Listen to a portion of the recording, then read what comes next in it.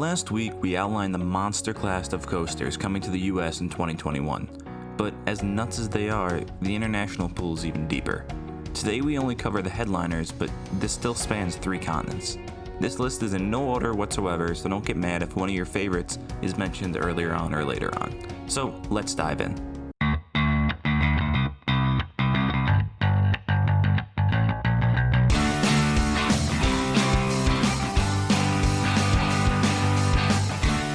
Starting off with the new for 2021 Universal Studios Beijing, they're trying to get the same punch in their opening year that Islands of Adventure did.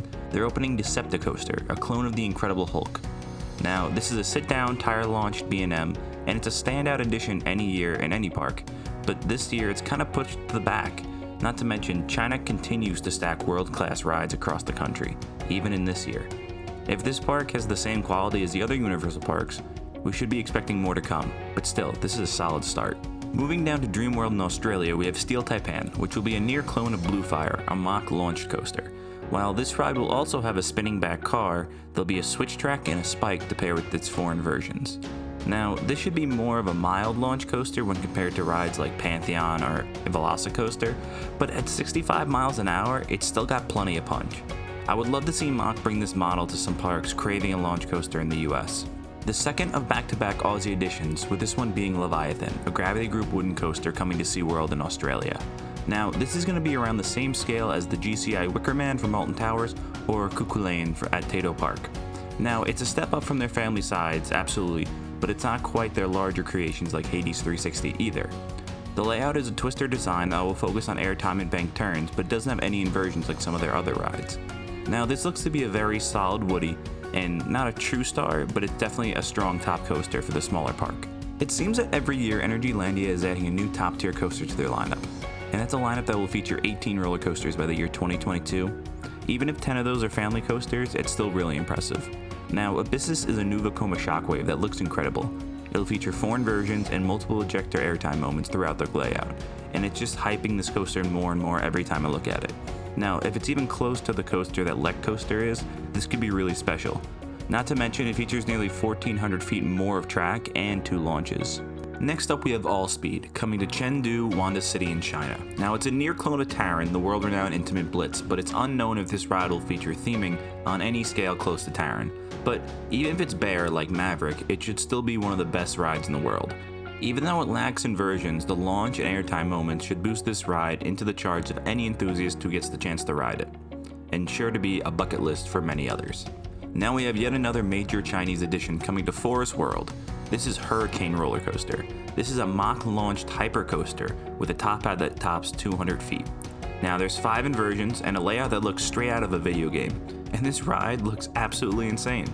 The way the Cobra Roll, the spike, and the loop are all intertwined is just eye-catching to say the least. The more mock coasters I see built overseas, the more I want them to be brought back to the US to build some more rides. Like, come on Cedar Fair, Copperhead Strike was just the start. Just the tip of the iceberg, bring them back. Coming in 2021, we will have the first B&M invert opening since Banshee in 2014 with Monster at Gronalund.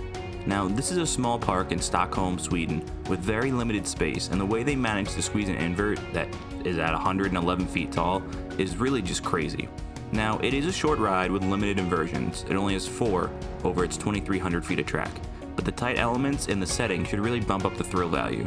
The support structure is really unique, and it's placed throughout and on top of structures, and the ride will be a true sight to see, let alone when we finally get to ride it. While not a clone of, or confirmed to be called, Time Traveler, Plopsaland in Belgium is getting the world's second extreme spinner from Mach. 2 launches, 5 inversions, and a control spin will disorient and entertain riders as they traverse the course. Now, the banana roll really intrigues me.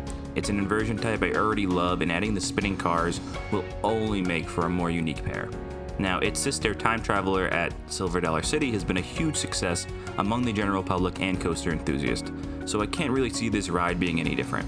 Now, look for more of these to open as parks look to diversify their lineups. The third big addition coming to Australia is Big Dipper at Luna Park. While the ride may seem a little more tame, the biggest note here is the model type.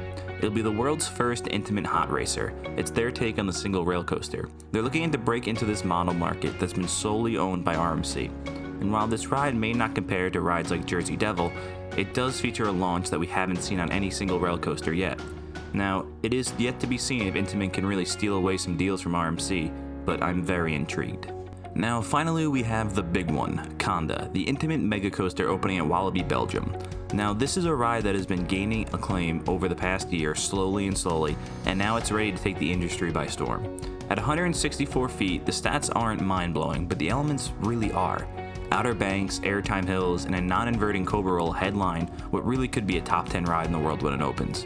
Now, we've seen Intamin's mega lights, and this just seems like a similar model with a bit more height, but improved all the way across the board. Now, my only concern will be the length. As long as it feels like a full ride, this should easily be an elite coaster. So, that's gonna wrap it up for this week. I know there's a lot of other rides I didn't get to, including some B&Ms opening in China, but I wanted to try and keep this a bit more narrow. The class is just so deep that I could have went on for 20 minutes. As always, feel free to check out Instagram for more daily coaster content, news, and video updates. Drop a like and subscribe to support the page, and it really does make a difference in the growth of the channel. Now, that's going to be all for this week. Till next time, that's all from the shores of Island Coasters.